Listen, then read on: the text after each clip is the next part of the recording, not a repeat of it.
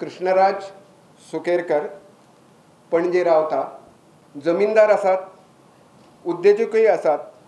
RSS Goa प्रांताचे उत्तर गोवा जिल्ह्याचे ते संघचालक आसले। त्यांच्या बद्दल विशेष सांगपाचे म्हणजे ते अजात शत्रू, त्यांका शत्रू असे कोण ना, सगळ्यांचे मित्र ते। केंद्रीय मंत्र्यापासून वाड्यावयल्या सर्वसामान्य कार्यकर्त्याकडे सुद्धा त्यांचे मैत्रीचे नाते आसा हे विशेष। त्यांना हांव स्वयंसेवक आशिल्लो आनी आतांय बी आसा। आनी म्हजें अशें आसा की सर्व म्हणटा ते माननीय वेलिंगकर सर, तेन्नाय बी म्हाका असोच प्रश्न प्रेसान आयिल्ल्या कारणान विचारलेले गेले। पूण हांवें इतलेंच सांगिल्लें की जे सर सांगतात म्हणजे ते आमचे तेन्नाचे संघचालक म्हणजे आतांय आसात, पूण त्या वेळार तर अशें आनी स्वयंसेवक आशिल्ल्या कारणान ती जी शिस्त आमकां पाळची पडटा ती पाळचीच पडटा।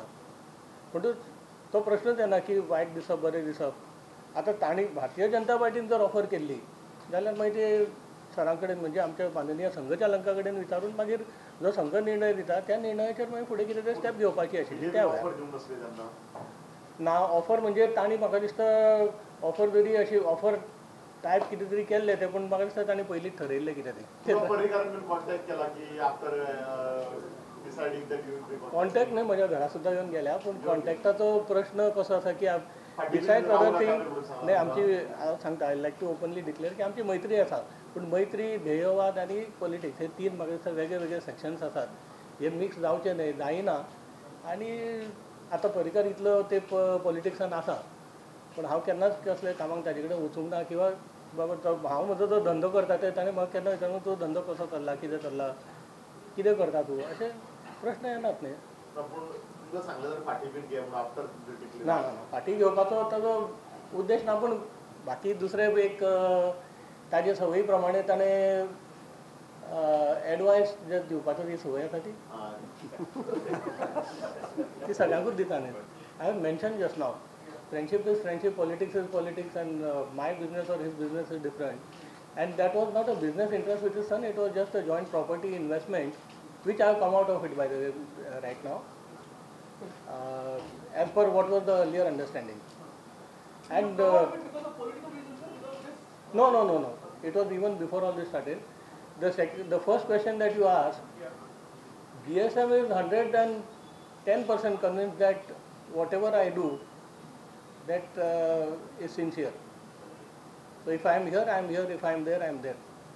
कोस्टा झालेल्या याला जबाबदार प्रत्यक्षपणे आहेत असं आम्हीही मानत नाही, नवी पिढी पोर्तुगालमधली त्याला जबाबदार आहे असंही मानत नाही, पोर्तुगालशी आंतरराष्ट्रीय स्तरावर संबंध जोडू नये असंही आमचं म्हणणं नाही, परंतु झालेले अत्याचार जे भूमीवर आहेत ते या सुपुत्रांनी सोसलेले आहेत, त्याच्याबद्दल कुठेतरी त्यांनी माफी मागितली पाहिजे सगळ्या गोमंतकीयांची असं वाटतं। बाटवीचे प्रकार, इन्क्विजिशनच्या कोर्टमुळे आणलेले सगळे अत्याचाराचे नमुने, या सगळ्यांसाठी त्यांनी स्पेनची माफी मागितली।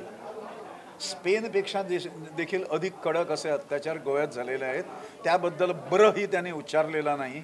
ही भारत सरकारने त्यांच्याबद्दलची घेतलेली अत्यंत बोंगळ आणि मिळमिळीत बुळबुळीत भूमिका आहे असं आम्हाला वाटतं। स्वातंत्र्याने प्रेरित झालेली पिढी जी आहे त्यांना हा अपमान वाटतो, आणि त्यामुळे पोर्तुगालचे आणि इथल्या गोव्याचेही संबंध असायला काही हरकत नाही।